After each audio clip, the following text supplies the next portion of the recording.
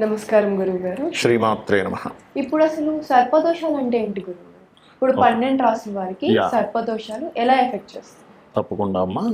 First of all ఏంటంటే ఈ సర్పదోషము అనేటువంటిది ఏదైతే ఉందో ఇది పర్టికులర్గా కొన్ని గ్రహాల యొక్క కాంబినేషన్స్ వల్ల ఏర్పడతాయి. అంటే శని కేతు, అంటే శని రాసుల్లో కేతు ఉన్న, కేతు రాసుల్లో శని ఉన్న, కేతు రాసులు ఉండవు కాకపోతే కేతుతో కలిసి ఉన్న శని ఉన్న, అదేవిధంగా రవి రాహువు, శని కుజ, కుజ రాహువు, కుజుడు బుధుడు, ఇట్లా కొన్ని కాంబినేషన్స్ ఉన్నాయి సర్పదోషానికి. అవి ఒక్కొక్క లగ్నాన్ని బట్టి, ఒక్కొక్క రాశిని బట్టి, అండ్ అలాగే మనకి లగ్నం నుంచి ఉండేటువంటి భావాన్ని బట్టి, వాళ్ళకు ఉండే పోర్ట్ఫోలియోని బట్టి అది ఎఫెక్ట్ ఇస్తూ ఉంటుంది. బట్ జనరల్ సర్పదోషం ఉంటుంది. అంటే మేషంలో కానీ వృశ్చికంలో కానీ రాహు ఉన్న, లేకపోతే కుంభ మరియు అదేవిధంగా మకర రాశుల్లో కేతు ఉన్న, అదేవిధంగా శని రాహువారు శని వెళ్ళి మనకి రాహు శని కలిసి ఉండి సింహరాశుల్లో ఉన్న, ఇది ఒక రకమైనటువంటి సర్పదోషం ఇస్తుంది. ఇది ద్వాదశ లగ్నాల వాళ్ళకి ఆ ద్వాదశ రాశుల వారికి డిఫరెంట్గా ఇస్తుంది దీని ఫలితం అనేటువంటిది. ఇప్పుడు గురువు గారు కర్కాటక లగ్నం లేదా కర్కాటక రాశి వారికి ఈ సర్పదోషాల వల్ల ఎలాంటి సమస్యలు వస్తాయి, వీటికి పరిహారాలు ఏంటి? తప్పకుండా అమ్మా. కర్కాటకం వారికి సర్వసాధారణంగా రాశిలోనే రాహు ఉన్నాడు అనుకోండి అమ్మా, ఎక్కువ ఇమాజినేషన్స్ చేసేసుకుంటారు. అంటే జరగని విషయాలు ఏదో జరుగుతుందేమో, అనవసరమైన కంగారు, అనవసరమైన ఇమాజినేషన్స్. వీళ్ళకి ఏంటంటే అమ్మా సింపుల్గా ఏం లేదు, మెడిటేషన్ చేసుకోమని చెప్పాలి ఉదయం పూట. దాంతోపాటు గృహంలో వాయువ్య స్థానం ఏదైనా తగ్గినా పెరిగినా కూడా దీని సిమ్టమ్స్ ఇంకా పెరుగుతాయి. కాబట్టి పర్టికులర్గా మెడిటేషన్ చేసుకోవడము, అన్నపూర్ణ అష్టకం చదవడము, వీలైతే అన్నదానం చేయడం చేస్తూ ఉండాలి. కాస్త నీటి ప్రదేశాలకు వెళ్ళినప్పుడు కాస్త జాగ్రత్తగా ఉండాలి. ఈ సర్పదోషం వల్ల కొంచెం జలగండాలు ఏర్పడడం, బ్రీతింగ్ రిలేటెడ్ ఇష్యూస్ లాంటివి వస్తూ ఉంటాయి. అలా కాకుండా 2వ స్థానంలో ఏర్పడింది సర్పదోషం వీళ్ళకి, సింహంలో కూడా ఏర్పడుతుంది రాహు ఉంటే. అప్పుడు ఏమిటి అంటే వీళ్ళకి ఇంట్లో కుటుంబంలో తండ్రితో ఏదైనా మిస్అండర్స్టాండింగ్స్, లేకపోతే తండ్రితో గొడవలు రావడం, లేకపోతే ఇంట్లో పెద్దవారితో, తండ్రి అనే రూల్ ఏం లేదు, ఇంట్లో పెద్దవారితో లేదా కుటుంబం ఏదైనా ఒక గవర్నమెంట్ ఎంప్లాయీ వల్ల కొంత ఇబ్బంది రావడం, ఇట్లాంటివి జరుగుతూ ఉంటాయి. అలాంటప్పుడు సూర్య నమస్కారాలు చేసుకోవడము, సూర్యుడికి అర్ఘ్యం వదలడము, అదేవిధంగా ఆదివారాల ప్రత్యేకంగా రావి చెట్టు చుట్టూ ప్రదక్షిణం చేయడం ద్వారా దోషం తగ్గుతుంది. ఓకే, అలాగే మనకి ఇంకా చాలా అంశాలు ఉన్నాయి. బట్ నేను జనరల్గా రాహు ఉండే స్పెసిఫిక్గా ఎక్కువ ఎఫెక్ట్ ఇచ్చే వాటి గురించి మాట్లాడుతున్నాను. నేను మీకు పంచమ స్థానంలో రాహు ఉంటాడు మా కర్కాటకానికి. అలాంటి వారు ప్రత్యేకంగా లేడీస్కి అయితే గైనికల్ ఇష్యూస్ వస్తుంటాయి. అయితే అది మేషలగ్నానికి కూడా గైనికల్ ఇష్యూస్ ఇస్తుంటాడు. ప్లస్ దాంతోపాటు సంతానం పొందే విషయంలో జాగ్రత్తగా ఉండాలి అని చెప్తుంది శాస్త్రం. అలాంటి వారు ఏం చేయాలి అంటే సింపుల్గా ఏం లేదు, సుబ్రహ్మణ్యేశ్వర స్వామి అష్టకం చదువుకోవడం కానీ, దత్తాత్రేయుడి దిగంబర శ్రీ పాదవల్లభ దిగంబర అనే నామస్మరణ చేయడం కానీ, శ్రీమాత్రే నమః చేయడం కానీ, అన్ని విషయాలు చేయడం ద్వారా ఆ యొక్క విషయాల్లో ఇబ్బంది అనేటువంటి తగ్గుతుంది. దీంతో పాటు వీళ్ళు తొందరపడి షేర్ మార్కెట్లోకి ఎంటర్ అయి తొందరగా కొన్ని ఇబ్బందులు పడుతూ ఉంటారు. కాబట్టి షేర్ మార్కెట్లోకి ఎంటర్ అవ్వకూడదు. అక్కడ ఇంకోటి ఏదైనా గ్రహం నీచభంగ రాజయోగం జరిగింది, వీళ్ళకి కొన్ని విపరీత రాజయోగాలు ఉన్నప్పుడు దట్ ఈస్ డిఫరెంట్ థింగ్, అప్పుడు మళ్ళీ ఆ యోగాన్ని ఇస్తుంది. బట్ ఆ పర్టికులర్ గుట్టు రాహు ఉంటే మాత్రం ఈ జాగ్రత్తలు తీసుకోవాలి. కొత్తగా ఎవరినైనా ఇప్పుడు చూడండి, మనకు సోషల్ మీడియాస్లో అనేది కొత్త ఫ్రెండ్స్ అవుతారు, ఫేస్బుక్లోనే ఎక్కడో తొందరగా నమ్మేసి ఏదో చేస్తుంటే తర్వాత మోసపోయాం అనిపిస్తూ ఉంటుంది. కాబట్టి పంచమ స్థానంలో ఇది జరిగినప్పుడు కొంత జాగ్రత్తగా ఉండాలి. కొంతమంది రాజకీయాలకు విపరీతంగా డబ్బులు ఖర్చు పెట్టేస్తారు, ఇటువంటి విషయాలు జాగ్రత్తగా ఉండాలి. అలాగే దశమంలో రాహు ఉన్నాడు, అది మేషంలో కర్కాటక లగ్నానికి మేషం అనేది దశమం అవుతుంది, అక్కడ రాహు ఉంటే అది సర్పదోషం ఏర్పడినప్పుడు వీళ్ళకి ఏంటంటే ఉన్న ప్రదేశం కాకుండా వేరే దేశాలకు వెళ్ళడం ద్వారా సక్సెస్ అవుతారు. అయితే వాళ్ళ పర్సనల్ చార్ట్ లో విదేశీ ధనయోగం కూడా ఉంటే ఇంకా బాగా సక్సెస్ అవుతారు. అదర్వైజ్ వేరే ప్రాంతానికి, వేరే రాష్ట్రానికైనా వెళ్ళి సెటిల్ అవ్వాలి. ఇక్కడే ఉంటే సెటిల్మెంట్ అనేటువంటి తగ్గుతుంది, ఇది చూసుకోవాలి. అదేవిధంగా వీళ్ళకి మాణిక్య మకుటాకార జానుద్వయ విరాజితాయి నమః అనే నామం వీళ్ళకి కెరీర్ సక్సెస్ బాగా పనిచేస్తుంది. అలాగే మనకి ఒక్కొక్కసారి సప్తమంలో కేతు ఉంటాడు, లగ్నంలో రాహు ఉండే సర్పదోషం ఏర్పడుతుంది. అలాంటప్పుడు వివాహం విషయంలోని, పార్ట్నర్షిప్స్ విషయంలోని, ఏదైనా ఒక కన్సల్టెన్సీ సెంటర్ నడిపి ఇద్దరు పార్ట్నర్షిప్లు చేసే విషయంలోని కొంత జాగ్రత్తగా ఉండాలంటే జీవిత భాగస్వామిని ఎంపిక చేసుకునే విషయాల్లో కొంత జాగ్రత్త పడుతూ ఉండాలనేటువంటి చూపిస్తుంది ఇక్కడ. అలా కాకుండా అష్టమ కేతు అంటే 2లో రాహు ఉన్నప్పుడు అష్టమంలో కేతు ఉంటాడు. అలాంటప్పుడు ఏంటంటే వీళ్ళు చేసే మిస్టేక్ ఏమవుతుంది అంటే పూర్వీకులు వస్తుంది దాన్ని తీసుకొని దాన్ని ఏదో తక్కువగా అమ్మేసి ఇంకోటి ఏదో బిజినెస్ చేద్దామనే దాంట్లో కొన్ని రాంగ్ స్టెప్స్ చేస్తూ ఉంటారు. అది పర్టికులర్ గా చూసుకోవాలి. ఈ రకంగా ఏంటంటే రాహుకేతువుల వల్ల మేజర్ గా చూపించేవి ఇవి. ఇంకా ఉంటాయి చాలా కాంబినేషన్స్ పర్సనల్ చార్ట్ బట్టి, దానికి సంబంధించిన దాన్ని బట్టి చేసుకోవాలి. బట్ ఏంటంటే ఎవరికి సర్పదోషం వచ్చినా కూడా ఒకటి గుర్తుపెట్టుకోవాల్సింది ఏంటంటే భయపడ్డం కాదు. దానికి సంబంధించిన ఇప్పుడు మనకు జ్వరం వచ్చిందమ్మా, భయపడతామా, టాబ్లెట్ వేసుకుంటాం. అంతే, తలనొప్పి వచ్చింది భయపడితే కూర్చుంటామా, టాబ్లెట్ వేసుకుంటాం. అలా ఏంటంటే దానికి మనం ఏం చేయాలి, రాహుకేతువుల దగ్గర దీపారాధన చేయడం ఇట్లాంటివి కొన్ని చేస్తుంటే క్లియర్ అవుతుంది. గురువు గారు, ఇప్పుడు అసలు జాతకం లేని వారికి సర్పదోషం ఉంది అని ఎలా సిమ్టమ్స్ తెలుస్తాయి? ఇప్పుడు ఒకవేళ సిమ్టమ్స్ తెలిస్తే దాన్ని మనం ఎలా పరిహారం చేసుకోవచ్చు? చాలా మంచి ప్రశ్న వేశారమ్మా. ఇది తెలియక చాలా మంది ఇబ్బంది పడుతూ ఉంటారు. అయ్యో నాకు జాతకం లేదు, నేను ఎలా తెలుసుకోవాలని. చాలా ఈజీ, చాలా ఈజీగా తెలుసుకోవచ్చు. దాన్ని చాలా ఈజీగా మనం క్లియర్ చేసుకోవచ్చు, మన లైఫ్ని హ్యాపీగా చేసుకోవచ్చు. అది ఎలాగో చెప్తాను చూడండి. ఇప్పుడు చిన్న ఎగ్జాంపుల్, వాళ్ళకి మాటి మాటికి సంతానం పొందే విషయంలో మిస్క్యారేజ్ ఎక్కువ అవుతున్నాయి అనుకోండి అమ్మ. పాపం వాళ్ళు ఏమి తప్పు చేయరు కానీ మిస్క్యారేజ్ అవుతూ బాధపడుతూ ఉంటారు. అలాంటి వాళ్ళకి పంచమ స్థానంలో సర్పదోషం ఏర్పడిందని మనం అర్థం చేసుకోవాలి. అలాంటప్పుడు పెద్దగా భయపడకుండా దత్తాత్రేయుడి మంత్రం ఉంటుంది.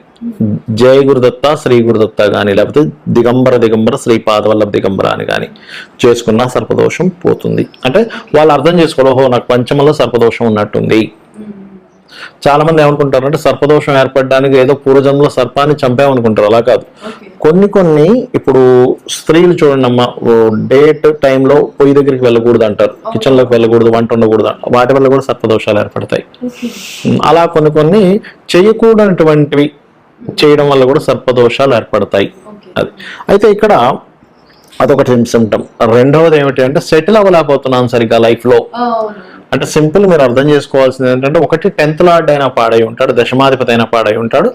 దశమాధిపతి పాడైతే కొన్ని రోజులు మాత్రమే వాళ్ళు సెటిల్ అవ్వకుండా ఉంటారు, ఆఫ్టర్ దట్ సెటిల్ అయిపోతారు. కానీ సర్పదోషంలో కనుక ఏర్పడి మీకు దశమం పాడైంది అంటే అప్పుడు లైఫ్ లో 40 years 45 years 50 years దాకా వచ్చేస్తుంటాయి కానీ సెటిల్ అవ్వరు. అది కెరియర్ పరంగా సెటిల్ అవ్వదంటే అర్థం చేసుకోలో, ఓకే నాకు ఈ సర్పదోషం ఉంది. దానికి శాస్త్రాల్లో చాలా స్పష్టంగా చెప్పింది ఏంటంటే, నువ్వు అమ్మవారిని నామం చేసుకుంటూ నీ ప్రయత్నం నువ్వు చేయి. ఏ సర్పదోషం ఉన్నా సరే క్లియర్ అయిపోతుంది. ఎందుకంటే మనకి దేవి భాగవతంలో చాలా స్పష్టంగా చెప్పబడింది. ఏమిటి, మనం చేసే పాపకర్మల వల్ల ఇవి ఏర్పడతాయి. అవన్నీ అమ్మవారి భక్తులుగా మారి అమ్మవారిని కనుక మనం స్మరణ చేసుకుంటే అవి క్లియర్ అయిపోతే మనం హ్యాపీగా ఉంటాం. దానికి చాలా సింపుల్ గా సెటిల్ అవ్వట్లేదు, ఓం మాణిక్య మకుటాకార జానుద్వయ విరాజితాయే నమః, లేదా ఓం శ్రీమాత శ్రీ మహారాజ్ని శ్రీమత్ సింహాసనేశ్వరి నమః. ఇది చేసుకొని నాకేంటి అమ్మవారు ఉంది, నాకేం భయం, సర్పదోషం ఉంటే ఏంటి, ఏ దోషం ఉంటే ఏంటి అనుకొని మనం కనుక ముందుకు వెళ్ళగలిగితే సూపర్ గా కలిసి వస్తుంది. గుర్తుపెట్టుకోండి. అలా సెటిల్ అవ్వకపోవడం, లేకపోతే అతని లైఫ్ లో నేను చూశాను కొంతమందికి దాదాపు ఒక 20 ఏళ్ల వయసు నుంచి అతను వ్యాపారాలు చేయడం మొదలు పెడతాడు. 1 కాదు 2 కాదు, ఎన్ని వ్యాపారాలు చేస్తారు. ప్రతి 3 నెలలకి, ప్రతి 6 నెలలకి, ప్రతి సంవత్సరం ఒక వ్యాపారం మార్చేస్తుంటారు. ఏ వ్యాపారం కలిసి రాదు. అది కూడా సర్పదోషానికి ఒక సిమ్టమ్. అప్పుడు ఏంటంటే పర్టికులర్ గా ఇంద్రగోప పరిక్షిప్త స్మరతూనా భజంగికాయే నమః. మరి కొంతమందికి ఎప్పుడు ఏదో ఒక పెయిన్ఫుల్ గా ఉంటుందమ్మా వాళ్ళకి లైఫ్ లో. ఎప్పుడు చిన్నప్పటి నుంచి నాకు ఎప్పుడు ఏదో బాధేనండి అంటూ ఉంటారు. అలాంటప్పుడు ఏమిటంటే ఓం మధుసూదనాయే నమః అనుకోవాలి. మీరు గమనించి వచ్చేవరకైనా బాగా పెయిన్ఫుల్ గా ఉందండి నా లైఫ్ లో ఎప్పుడు అనుకున్నప్పుడు వాళ్ళని చెప్పాలి, ఏమంటే మీరు మధుసూదనాయ నమః అనుకోండి అనగానే తెలియకుండానే వాళ్ళకి ఆనందం వస్తుందమ్మా.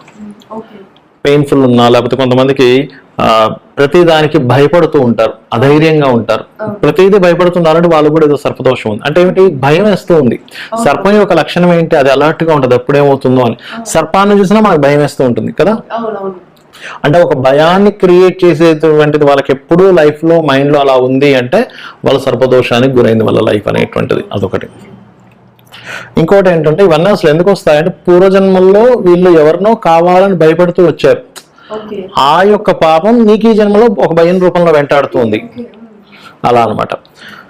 అండ్ అలాగే మాటిమాటికి చిన్న చిన్న విషయాలకి యాక్సిడెంట్స్ అవుతున్నాయి, లేకపోతే ప్రతిసారి ఏదో ఒక భారీ లాస్ వచ్చి తనని ముంచేస్తుంది. అంటే ఒక్కోసారి ఎలా ఉంటుందంటే అమ్మ, వీళ్ళు చక్కగా ఒక ఇల్లు కట్టుకుందామనో ఏదైనా ఒక ప్రాపర్టీ తీసుకుంది, ఏదో సంథింగ్ ఒక ప్రణాళిక వేస్తూ ఉంటారు. సరిగ్గా డబ్బులన్నీ సమకూరేసరికి ఒక పెద్ద లాస్ వచ్చి డబ్బులన్నీ పోతాయి. మళ్ళీ ప్రణాళిక, మళ్ళీ డబ్బులన్నీ పోతాయి. అదేదో చూడండి, మనకి వైకుంఠపాలు ఆడినప్పుడు ఆ గమ్యానికి వెళ్ళేసరికి ఇంకో పాము వచ్చి మింగేస్తుంటారు చూసారా.